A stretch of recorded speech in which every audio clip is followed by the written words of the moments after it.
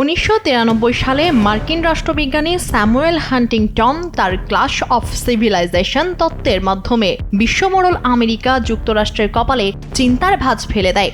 Huntington তার প্রবন্ধে উল্লেখ করেন, আগামীর বিশ্বের দ্বন্দ্ব সংঘাত কোনো রাজনৈতিক বা অর্থনৈতিক মতাদর্শকে কেন্দ্র করে হবে না, হবে ধর্ম আর সংস্কৃতিকে কেন্দ্র করে। এরপর থেকেই আমেরিকা তার নয়া উপনিবেশবাদ পরিকল্পনার ট্রেয়ারিং রাজনীতি এবং অর্থনীতি থেকে ধর্ম আর সংস্কৃতির দিকে ঘুরিয়ে নেন। ফলে শুরু হয় বিশ্বব্যাপী আমেরিকার সাংস্কৃতিক ও ধর্মীয় নজরদারি। বিশ্বের যে অঞ্চলেই কোনো জাতি ধর্মীয় বা সাংস্কৃতিকভাবে একতাবদ্ধ হওয়ার আভাস মিলেছে, সে অঞ্চলেই নানা অজুহাতে সামরিক আগ্রাসন চালিয়েছে, ধ্বংস করে দিয়েছেন ঐক্য। মানুষকে ধর্ম বা সংস্কৃতির চেয়ে নিজেদের জীবনের নিরাপত্তার কথা বেশি চিন্তা করার দিকে ঠেলে দিয়েছে। তারা তাদের এই আগ্রাসনকে বৈধতা দেওয়ার জন্য এমন ঐক্যের প্রয়াসকে মৌলবাদ বলে চালিয়ে দিয়েছেন। আর মৌলবাদ বলতে বুঝিয়েছেন যখন একটি দেশ বা অঞ্চল নির্দিষ্ট কোনো ধর্ম বা সংস্কৃতিকে লালন করা এবং আশেপাশের মানুষের উপর চাপিয়ে দেওয়ার জন্য আক্রমণাত্মক হয়ে ওঠাকে, অর্থাৎ এটিকে সন্ত্রাসী কর্মকাণ্ডের আওতায় ফেলে দিয়েছেন। ফলে 1997 সালে সোভিয়েত ইউনিয়ন ভেঙে যাওয়ার পর এখন পর্যন্ত কোথাও কোনো জাতি একতাবদ্ধ হয়ে মাথাচাড়া দিয়ে উঠতে পারেনি। তবে ভাবনার বিষয় হলো, যুক্তরাষ্ট্র তাদের এই নীতির ব্যবহারের চেয়ে অপব্যবহার বেশি করেছে। কারণ এখন পর্যন্ত যুক্তরাষ্ট্র যেসব দেশে ধর্মীয় আর সাংস্কৃতিক ঐক্য তৈরি হচ্ছে বলে অভিযোগ এনে হামলা করেছে, সেসব দেশ শক্তভাবে আমেরিকার অভিযোগ প্রত্যাখ্যান করেছে।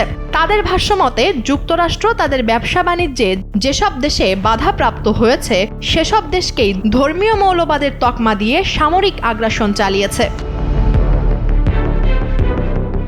ধর্মীয় মৌলবাদের উত্থানের অভিযোগ এনে তারা ধ্বংস করেছে Syria, Iraq, Lebanon, Yemen, Libya, Tunisia সহ মধ্যপ্রাচ্যের সব বাঘা বাঘা অর্থনীতির দেশগুলোকে। আর সাংস্কৃতিক উত্থানের কারণেই কয়েকদিন আগে অনেক বড় ধকল সামলাতে হলো শ্রীলঙ্কাকে। এবারে আসি মূল আলোচনায়।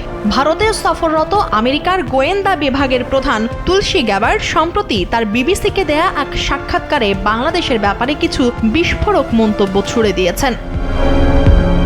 এই মার্কিন নাগরিক এবং তাদের জাতীয় গোয়েন্দা বিভাগ প্রধান বলেন, বাংলাদেশে এখন চলছে সংখ্যালঘু নির্যাতন। হিন্দু, বৌদ্ধ, খ্রিস্টান সহ অন্যান্য ধর্মীয় সংখ্যালঘুদের উপর ধর্মীয় নির্যাতন চলছে।